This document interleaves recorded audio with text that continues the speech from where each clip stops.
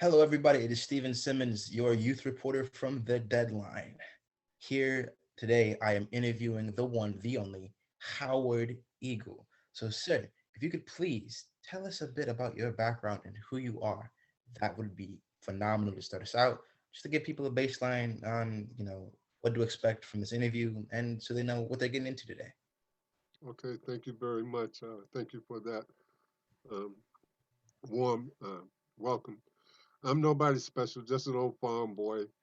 Um, um, I am a father of three sons, and historically speaking, I'm a displaced African. But I was born and raised in Central Florida, in Orange County, a small town of Popka, Florida, about 13 miles from Orlando.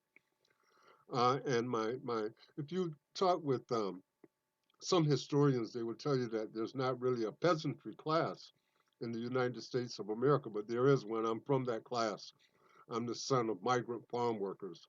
My family would travel back and forth from Central Florida to New York to Rochester, the eastern suburbs and rural areas of Rochester, picking fruit on the season, what people call following the season. So they would come here, pick strawberries, cherries, apples, peaches until that season is over. Then go back to Florida. We would go back and forth. They finally decided to what people call settle in 1968, the year that Dr. Martin Luther King was assassinated, and we so-called settled in Penfield, New York, on a farm. We lived at 1605 Qualtrough Road, which is off of Atlantic Avenue. It's off of Atlantic Avenue. And actually, 1605 was just a mailbox because the shack that we lived in, and it literally was a shack, was behind the barn. And I believe the barn is still there. But if you Mm. go to the area today, you will find four, $500,000 homes. And every once in a while, you will see a peach tree or an apple tree, sort of aesthetics in the yards of those homes. Well, those used to be the orchards that we worked in as migrant farm workers. I guess a benefit of them having so-called settled in Penfield, and this is 1968. When we moved there, so-called settled there, the place still had an outdoor toilet, and this is 1968, not 1928. Mm. And so I suppose one of the so-called benefits was that I did get to go to what people call good schools, in Penfield, and I did graduate from Penfield High School in 1972 and moved to Rochester shortly after that, and I've been here ever since, just about 50 years. Well, I'm glad you clearly stayed here. So hopefully you've been enjoying your stay here. And uh, yeah, that's a crazy story. I don't know too many folks who, you know, live in Penfield who look like me. So that's Right, that's this is a correct. new experience. But I don't know too many folks who actually like I think there are like three, four people I could think off the top of my head who have ever like worked on a farm. Like not even like let alone lived on one.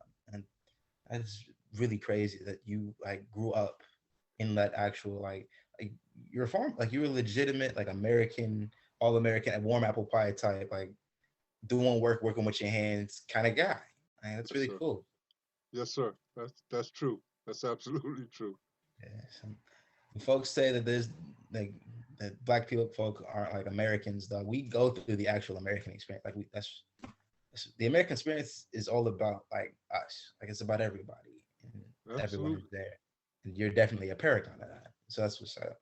Yeah, we are definitely a very critical part of that history, even though we are frequently omitted or our stories are distorted Yeah, or sometimes straight lies are told about who we are, what we've achieved, what we've done, what we're still doing as a people. yeah. Speaking of things like that, could you tell us about your experience with the RCSD here in Rochester? Yes, sir. After I graduated from high school, I worked in what we might call dead end jobs for 7 or 8 years, working in restaurants, hospitals, and so forth. So I finally decided to go back to school in 1979 and earned an associate's degree and then a bachelor's degree and started working in the Rochester City School District. initially as a substitute teacher until I was permanently certified. And I worked in the district for 23 years. I taught high school social studies for 23 years, worked at the former Josh Lofton Middle School, Josh Lofton High School, John Marshall High School, Madison, the new Madison, they call it. I saw you in an interview saying that that was your school, I believe. Yeah, up there on the third floor, the Madison Okay. building. Yes, sir. So, for 23 years, I taught social studies in the Rochester City School District, and a couple of those years, I worked actually as an assistant to the director of social studies and multicultural education, Marilyn Patterson Grant. And Wow. so that was a kind of different type of experience to be at central office for a couple of years. Um, Yeah. and then in 2000, I started teaching also at the State University of New York at Brockport as Mm. an adjunct professor. And as far as I know, I still have that job. I took off the last semester because of COVID. Yeah. I normally just teach during the fall, but I took the last semester off and hope to be going back next year. Yeah.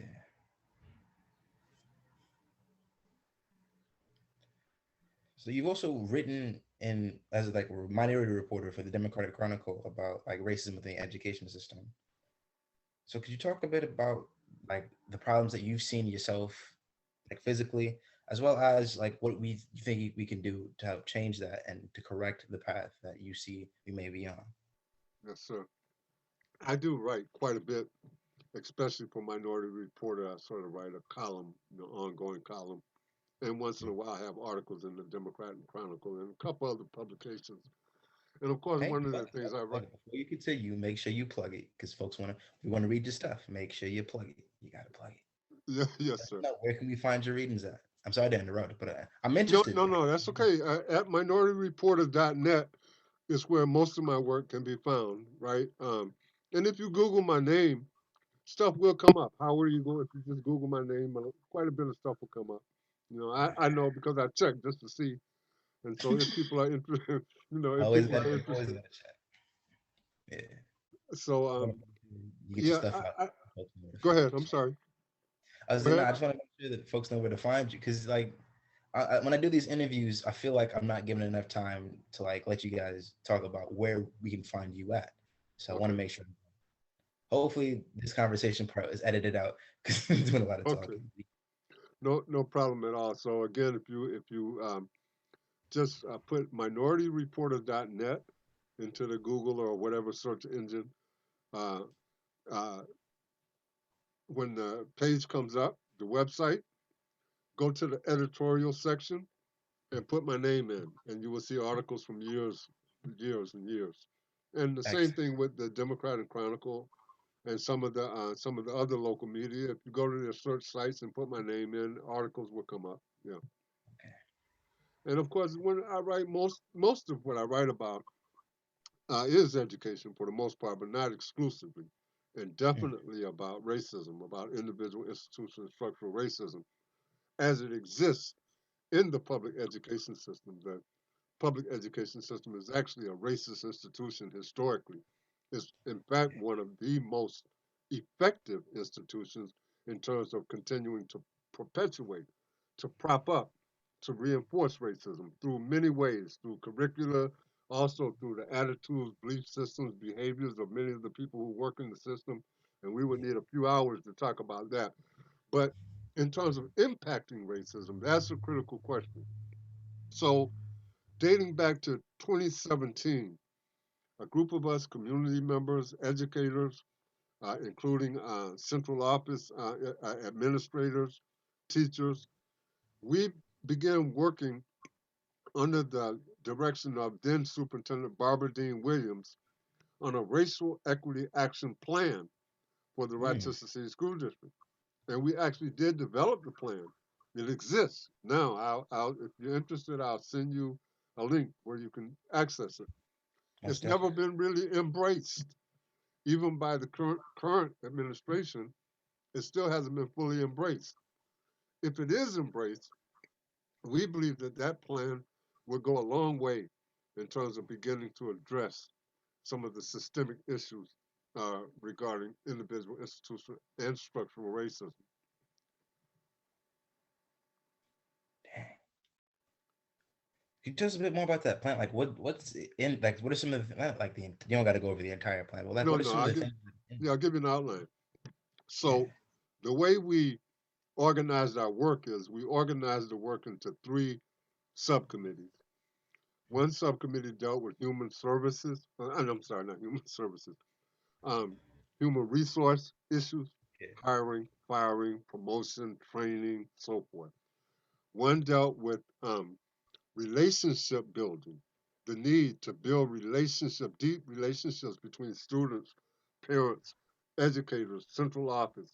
The third one dealt with professional development, actually Mm, helping to develop all employees in the Rochester City School District around um, understanding racism, understanding how it functions in the system, and how it exists in the curricula, how it exists in our belief systems, and so forth. So that's the way we organize the work. Each subcommittee develops specific goals, specific, concrete, measurable goals. For example, when you're talking about human resources, just logically, one of the goals is to hire and retain more teachers of color, especially yeah. black teachers, right? We got a school system where like 85, 90% of the young people are people of color, and just the opposite is true for the educators, for the teachers. 85, 90% of them are white.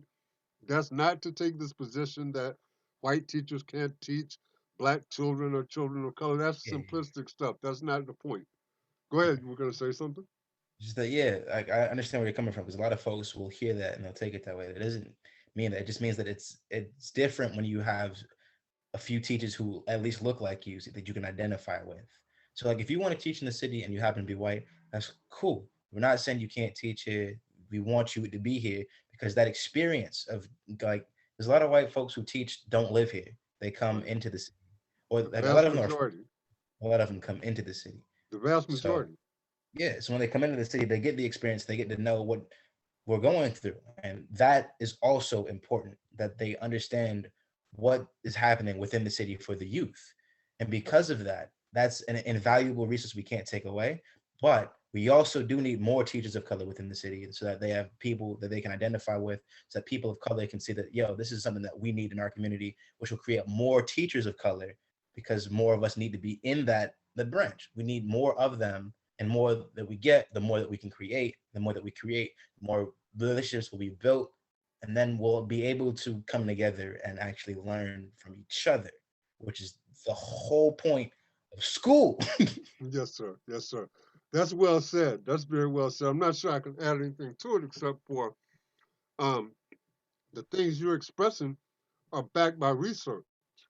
Yeah. There's conclusive research that shows black children who have one black teacher, first through third grade, that student's chances of not only graduating but going on to college are significantly increased. So it's not. This is not stuff off the top of my head. There's Yeah. research backing up the need. It's a need. It's not just something we want. It is a need, a critical need. And I'll tell you something. You'll get people, and I'll be quite honest. You'll get white educators saying, "Well, it don't really matter." Well, if it doesn't matter, then I've been asking everybody, and I challenge any intellectuals, academians, anybody to come forth and explain this to us. Why is it that you will not find a school district anywhere in the United States of America where the majority of the students are white and the majority of the educators are anything other than white? Not one.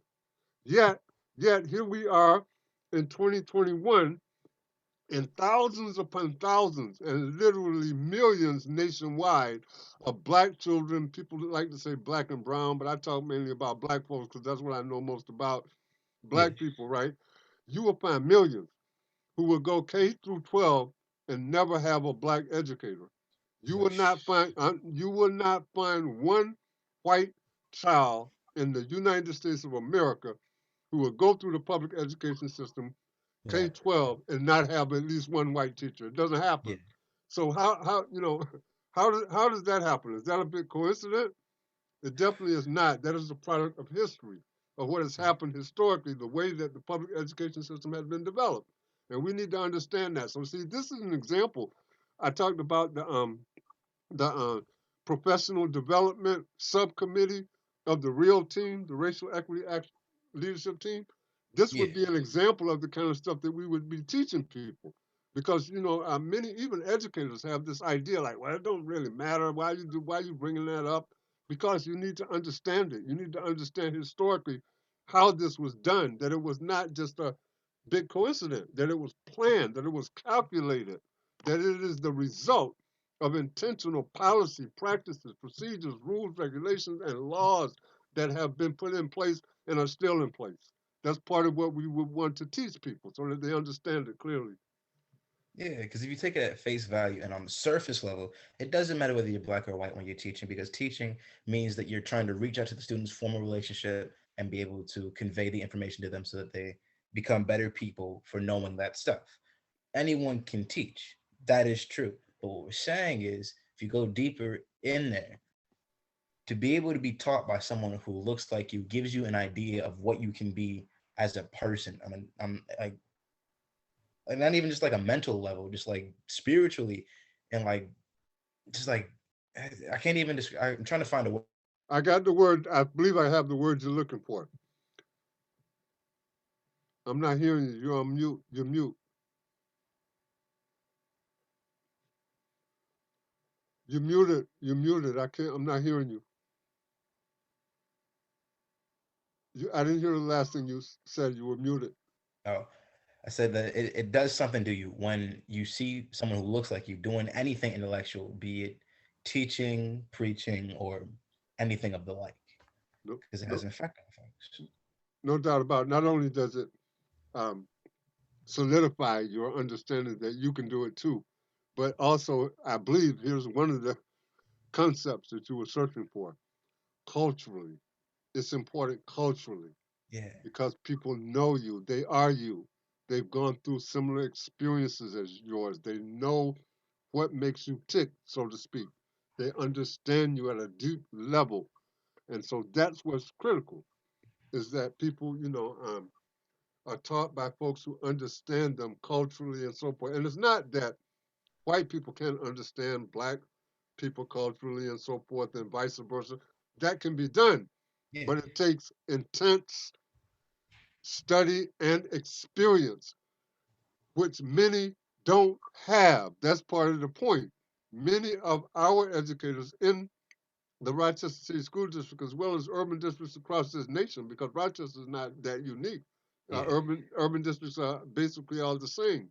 The majority of the people who come to those districts to teach, they have no experience with black people, no experience with Hispanic people, and certainly no experience with poor people, yeah, which huge numbers of our students are and families are. So they're coming from lily white, middle class communities that are culturally as different as night is from day. And yeah, so you have to learn. You really have to learn, and not just book learning. I mean, you learn through experience. That's yeah, critical. That's very important. And again, this is not because I say so. This is backed up by research, conclusive research. Nobody that I know of in education would deny what we're saying right now. yeah. So, what do you think are some of Rutgers' strengths and weaknesses when it comes to like social justice and things When it dealing with? comes to, say that last part. What do you think are some of Rutgers' weaknesses and strengths when it comes to social justice and dealing with Oh, problems like this? Like, yeah. what makes us that? Because even though a lot of our situations are very similar to what's going on in other parts of the country, we do have our strengths and weaknesses. We do have our differences. So, what are things that we have here that we can use to our betterment, and things that we have to look out for that are to our detriment? So what Rochester has is a rich, deep history of struggle. This is the town of Frederick Douglass. Yeah, It's the town of Susan B. Anthony. It's the town that Harriet Tubman and many others came to many times. It is yeah, the town of Franklin Florence Sr., who's still alive. It is the town of Mildred Johnson. It is the town of Raymond Scott.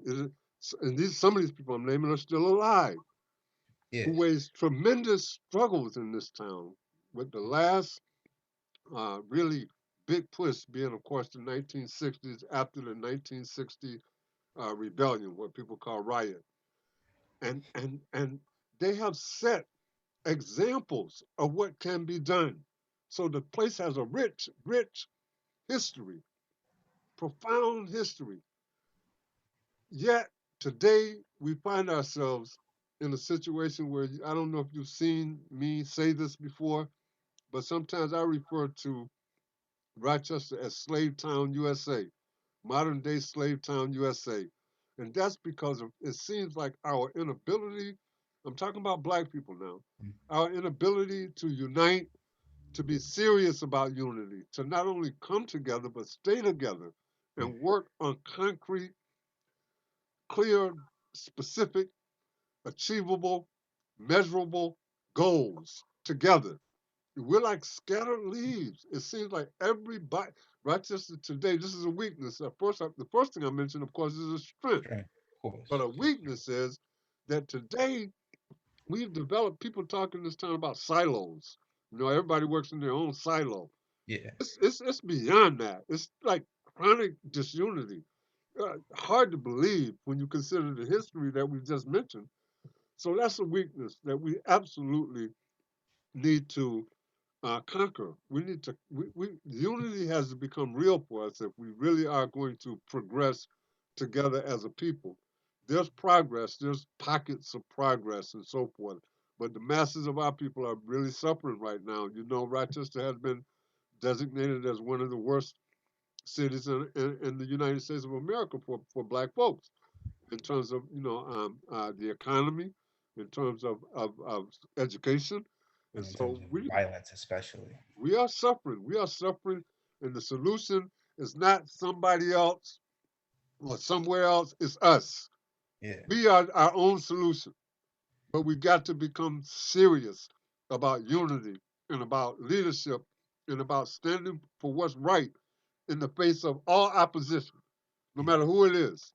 Because And, handouts are nice. They're good to have, and you can. That's a good start. But no matter what you get from other people, whether it be the government or assistance from, like neighboring towns or what have you, all that stuff is fine and dandy. But if you don't have the ability to come together and to work with what you have and with what you're given, if something is given to you, it doesn't mean anything. Because if you can't work with it and work together with the people here, come together and actually do something about it, nothing's gonna change. You'll throw money at the problem. It'll stick for.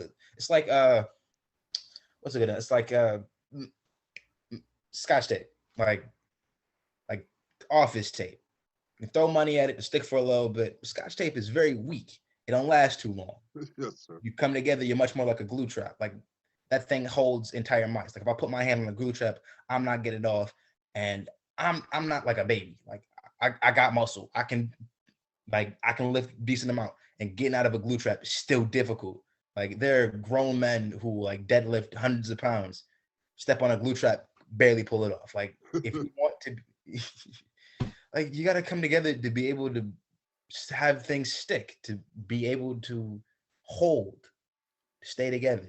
You got to be able to do that because if you don't, then problems keep coming through. I love that analogy. I never heard that analogy before. I might steal it. I might use that. But that's good. That's excellent. Again, I can't add anything. You did right about it. But uh, what's important is make the connection. We know it can be done because it has been done Over under again. under conditions that were worse than they are now. Right? So that's what becomes so perplexing is Yeah. our ancestors have done these great things under conditions that makes what's happening now look like child's play, other than COVID, of course. COVID is a different kind of thing. But Yeah. even before COVID, we had these issues of not being able to unite. So we got the models. We got the models that let us know for certain what we can do, the possibilities. Why we're not doing it is, oh man, just I guess $1 million question.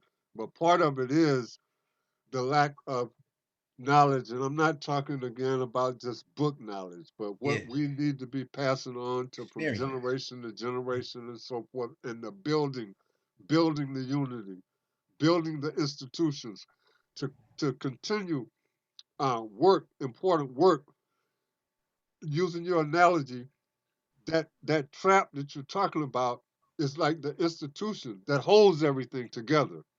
And Yeah. no matter who the individuals are that step into it, it functions the same way.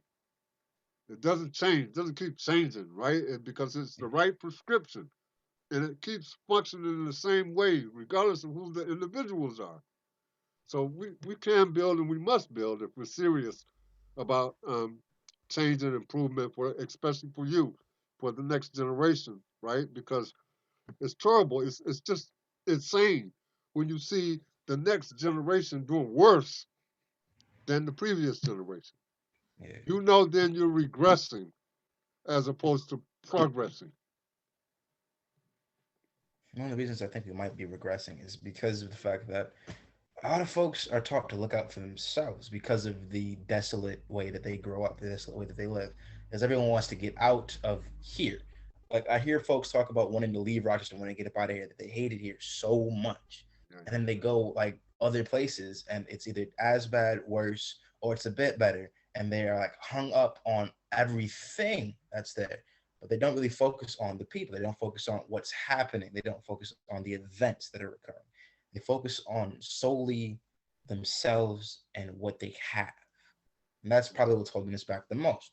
Because if we don't look at things in a larger picture and we only focus on where we are now, in the now, currently, what we have in front of us, then we're not going to get anywhere because we're constantly going to be trying to change and shift things for us instead of for all of us, for everyone, for those around us, for those who come after us, and to help out those who came before us and are still here.